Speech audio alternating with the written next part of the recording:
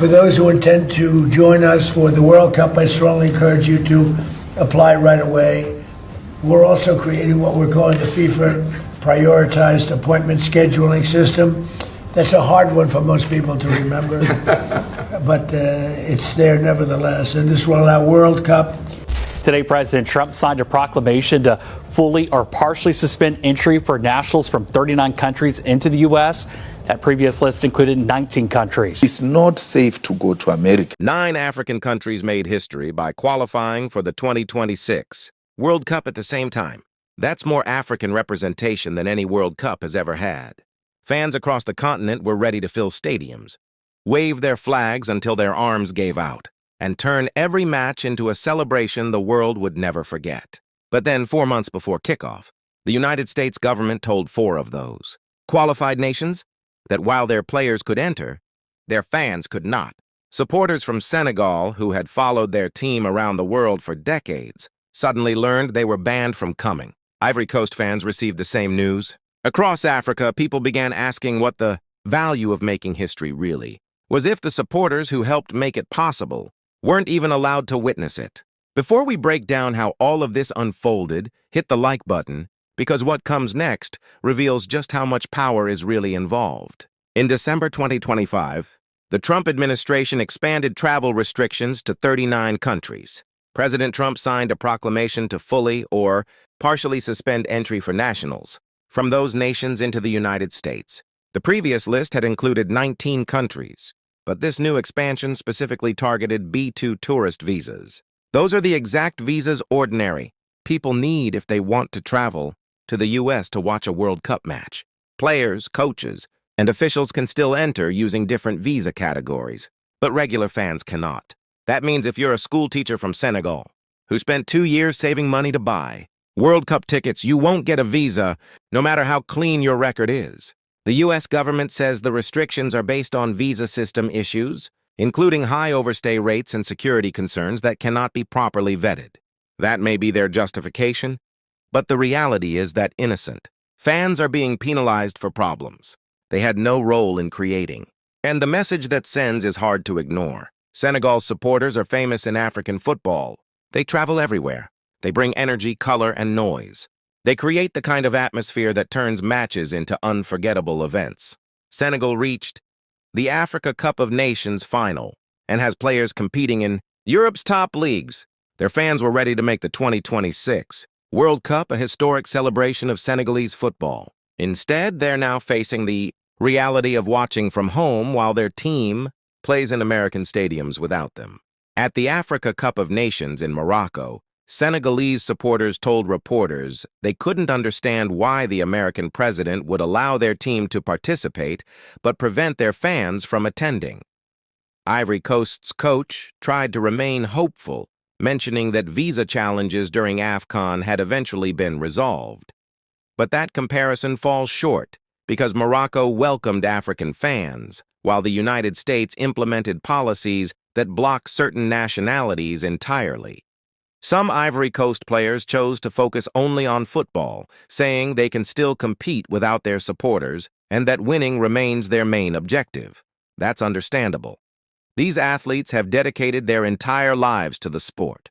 Immigration policies are outside their control. But when players say they can perform without their fans, they're also accepting a situation that should never have existed in the first place. On social media and in African diaspora communities, the reaction has been intense. Fans aren't just disappointed, they're angry, because this goes beyond logistics. It's about being told you're not welcome. It's about hearing that your team is welcome to entertain crowds, but you personally are not welcome to be part of that moment. The World Cup promotes itself as the ultimate global celebration, where nations come together and, for a few weeks, forget about borders and differences.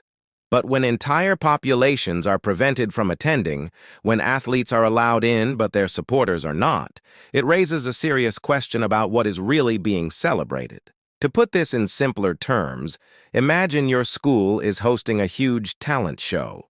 Your best friend is performing, and you couldn't be prouder.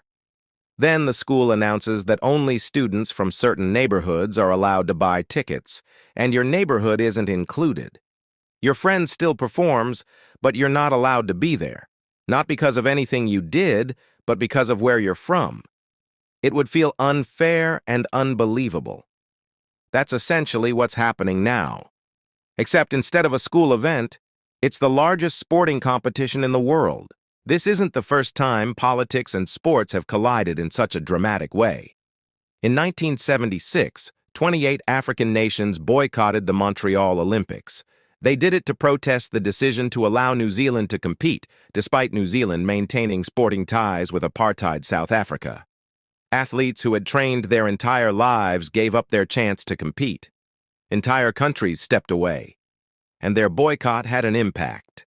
It increased global pressure against apartheid and showed that sometimes refusing to participate can be more powerful than showing up. That history raises an important question. Could 2026 become another moment like 1976? Will African nations coordinate a boycott, or will the frustration fade as the tournament approaches? Right now, no federation has officially withdrawn. The anger is real, but no collective action has been taken by the authorities who have the power to make that decision. Some affected teams will play matches in Canada and Mexico, where visa restrictions are different. That means fans may still be able to attend those games.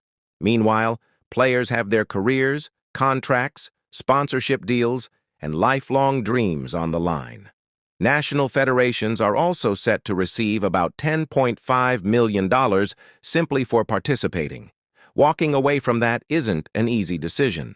FIFA introduced a system called the FIFA Pass to give World Cup ticket holders priority when scheduling visa appointments.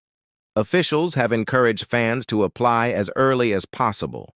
The United States has also deployed more than 400 additional consular officers around the world to handle visa processing. These measures are being presented as solutions. But for fans from countries on the banned list, they don't change anything. The FIFA Pass only helps people who are already eligible for visas. If you're from a restricted country, it doesn't improve your chances.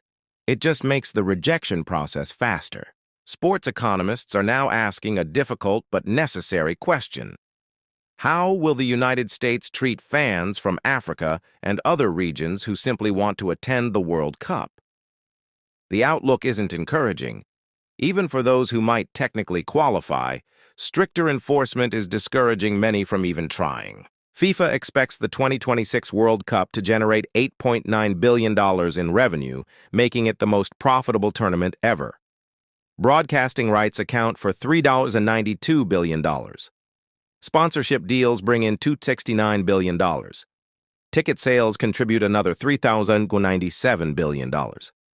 All of that depends on delivering a tournament that feels truly global and inclusive. But if major fan bases can't attend, and stadiums lack the supporters who give matches their energy, it raises questions about what exactly is being sold.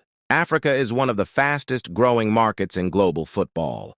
Expanding the tournament to 48 teams was partly designed to increase African representation, recognizing both the talent and the commercial importance of the continent.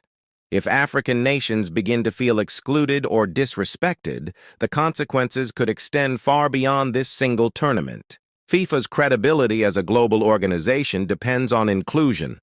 No teams have withdrawn, and once schedules are finalized, reversing course becomes extremely difficult. But the frustration remains. The sense of exclusion remains. And the question is no longer just whether African teams will participate, but whether their participation validates a system that excludes their supporters. The difficult truth is that FIFA promoted this tournament as a symbol of global unity. But unity only exists when people are allowed to be present. When access is denied based on nationality, when fans are told their teams can compete, but they themselves are not welcome, the idea of unity begins to fall apart. This moment isn't only about the 2026 tournament. It's about the message that gets sent when global events are hosted in countries that limit who can attend. It's about whether international sports can truly represent everyone when access is restricted. And it's about whether African nations, after decades of fighting for recognition and finally achieving record-breaking qualification, will decide that representation without respect isn't real representation at all. So the question remains, is this just symbolic outrage that will fade once the matches begin, or could this become a turning point where African nations decide that staying away sends a stronger message than participating ever could? Thanks for watching. Don't forget to like, subscribe, and share our videos. Thank you.